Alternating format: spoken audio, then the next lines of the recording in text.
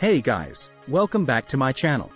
Today I'm going to share with you the process of getting a K-1 visa, also known as the fiancé visa, that me and my wife went through so that we could marry and live in the United States.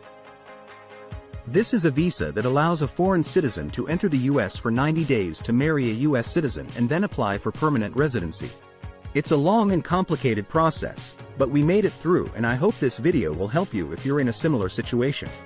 And before we even get started, if you have ever watched 90 Day Fiancé, I know I have, throw all of those preconceived notions out of your head because it's 70% fake and 30% augmented for entertainment purposes. I mean, let's face it.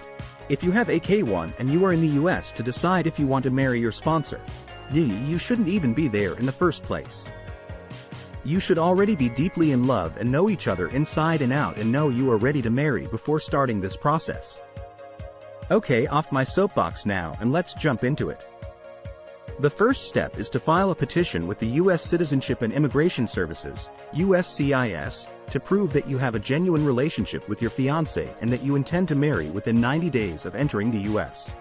You need to fill out Form I-129F and provide evidence of your relationship, such as photos, chat logs, letters, travel receipts, etc.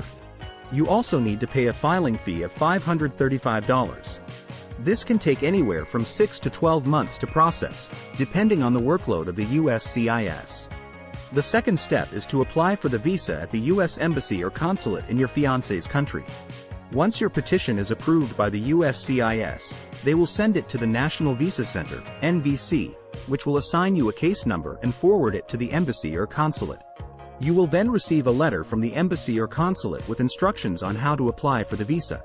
You need to fill out Form DS-160 online and pay a visa fee of $265. You also need to schedule a medical exam and an interview at the embassy or consulate.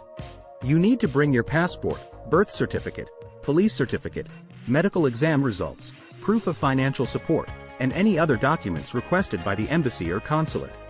The interview is very important because they will ask you questions about your relationship and your plans for marriage. You need to be honest and consistent with your answers. The third step is to enter the US and get married within 90 days. Once your visa is approved, you will receive a sealed envelope with your visa and other documents. Do not open this envelope. You need to present it at the port of entry in the US along with your passport. The immigration officer will stamp your passport and give you an I-94 form that shows your authorized period of stay. You need to keep this form safe because you will need it later when you apply for permanent residency. You also need to get married within 90 days of entering the US, or else your visa will expire and you will have to leave the country. The fourth step is to apply for permanent residency or a green card.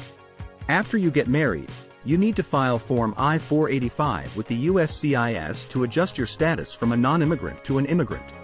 You need to pay a filing fee of $1,225 and provide evidence of your marriage, such as your marriage certificate, photos, joint bank accounts, etc.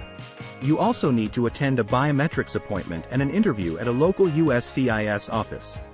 The interview is similar to the one at the embassy or consulate, but this time they will also ask you questions about your life in the US and your adjustment of status application.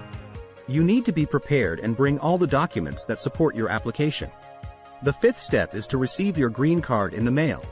This can take anywhere from 6 months to 2 years after you file your application, depending on the workload of the USCIS.